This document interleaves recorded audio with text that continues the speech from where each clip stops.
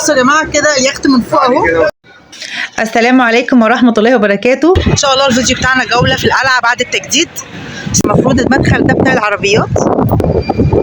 بصوا يا جماعه دي البوابه طبعا بتاعه الدخول. بوابه الدخول دي خاصه بالعربيات بس، اي حد هيدخل معاه عربيه هيدفع 20 جنيه.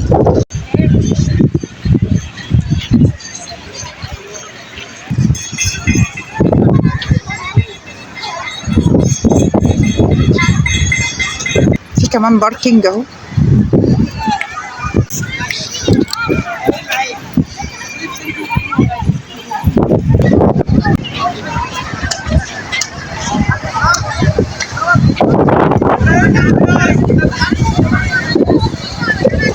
بصوا بقى المكان عامل ازاي، جميل ما شاء الله. طبعا الاصلاحات لسه ما خلصتش، المفروض انها هتتسلم بعد سنه، ده الكلام اللي انا سمعته. بالنسبه للانتهاء الكوبري بس بيقولوا ان الكوبري هو اللي خلص من الاصلاحات. هندخل دلوقتي مع بعض ونعرف اسعار تذاكر دخول القلعه نفسها ايه من جوه والاحياء المائيه. عايزه اقول لكم لما تخلص هتبقى خطيره، باين طبعا انها حاجه مميزه. بصوا احنا مش عارفين بقى هل الممشى ده هيبقى ممشى بس كده للناس ولا هيتعمل فيه كافيهات بقى ومطاعم. الحته اللي هناك دي هتبقى حاجه سياحيه مثلا، بازارات، كافيهات كده. هنا بقى المكان ده برضو لتأجير المراكب. بصوا يا جماعه هنا سعر تذكره الدخول في القلعه نفسها عامل 60 جنيه للفرد. بتخشوا بالفيزا، يعني ما فيش دخول كده من غير فيزا، ما ينفعش تدوا له فلوس ويديكوا تذكره زي الحاجات العاديه كده، لا لازم تخشوا بفيزا. التذكره للطالب عامله 30 جنيه، للفرد المصري او العربي عامله 60 جنيه.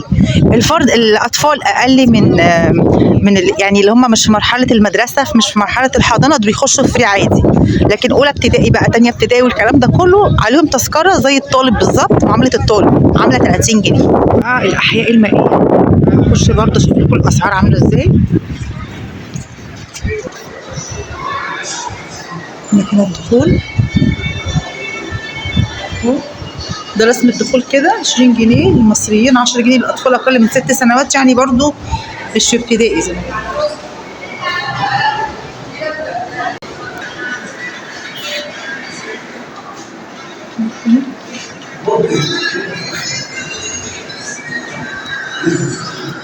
المكان ده زي ما انتم شايفين كده بيأجر يخوت ومراكب وفي رحلات على البحر. جماعة الدخلة بتبقى جنب مسجد فارسي، مدخل القلعة أمام نقطة الأنفوشي. اللانشات ديت بتبتدي من 150 لحد 200. دي اللانشات دي بتطلع برايفت، الجولة بتبقى ساعة إلا ربع. قلعة، فنار، منارة، حاجز أمواج، مكتبة اسكندرية، بتلف اسكندرية كلها على الطبيعة. الجولة بتبقى ساعة إلا ربع. وعندنا رحلة باليخت. دي اليخوت البرايفت اللي حضرتك بتصوريها. يعني أسرة أو أي عيد ميلاد كده يعني. لحد 12 فرد دول برايفت 700 جنيه حسب درجة اليخت. اليخوت دي بقى بتطلع تجميع، الفرد ب 50 جنيه، الجولة ساعة إلا ربع. دوت. الجولة ساعة إلا ربع. الفرد ب 50. وفي رحلة تانية عندنا بتبقى من الساعة 9 الصبح لحد الساعة 3 ب 125. دي رحلة صباحية من الساعة 9 الصبح لحد الساعة 3. دي بتروح فين؟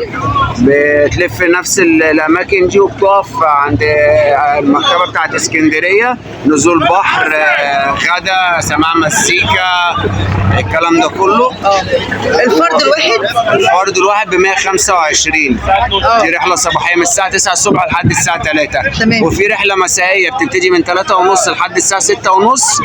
تمام. دي بتبقى عامله 100 جنيه. 3 مشروبات وشامله 3 صور فوتوغرافيه. طب لو جروب مع بعض وعايزين ياخدوا مثلا زي ما حضرتك قلت كده ان في من 9 الصبح مثلا او 12 ل 3 بيدفعوا برضو 100 جنيه او 150 جنيه ولا في 125 جنيه؟ دي الرحله الصباحيه. الرحله المسائيه ب 100 جنيه. لحظه بس، الرحله الصباحيه ب 125 دي لو انا دلوقتي معايا جروب مثلا احنا 5 أو 10 بندفعوا في الاخر 125. 5 أو 10 بقى، لو العدد اكتر مثلا من 20 انا بشيل الاثنين المشرفين. انا بقول لك لو هم اقل من 20، لو هم 10 مثلا. لو 10 بشيل، انا جايه معايا بشيل مشرف. بشيل واحد بس مشرف، اللي هو بيبقى المشرف بتاع الرحله.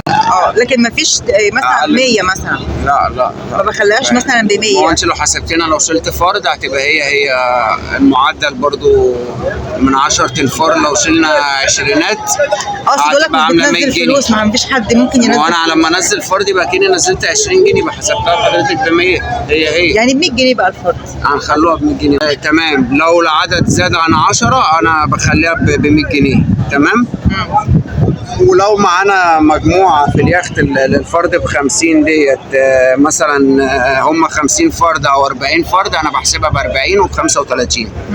أعياد ميلاد، بيتعمل أفراح، بيتعمل اليخت كمان بيطلع رحلات تخرج، بيطلع حفلات خطوبة، بيطلع أعياد ميلاد، جميع المناسبات اليخت بيطلع بيشيل اليخت اللي احنا فيه دوت لحد 50 فرد. تمام. في يخوت عندي موجودة لحد 125 فرد، واليخت البرايفت الأسر بيبتدي من أول 12 فرد.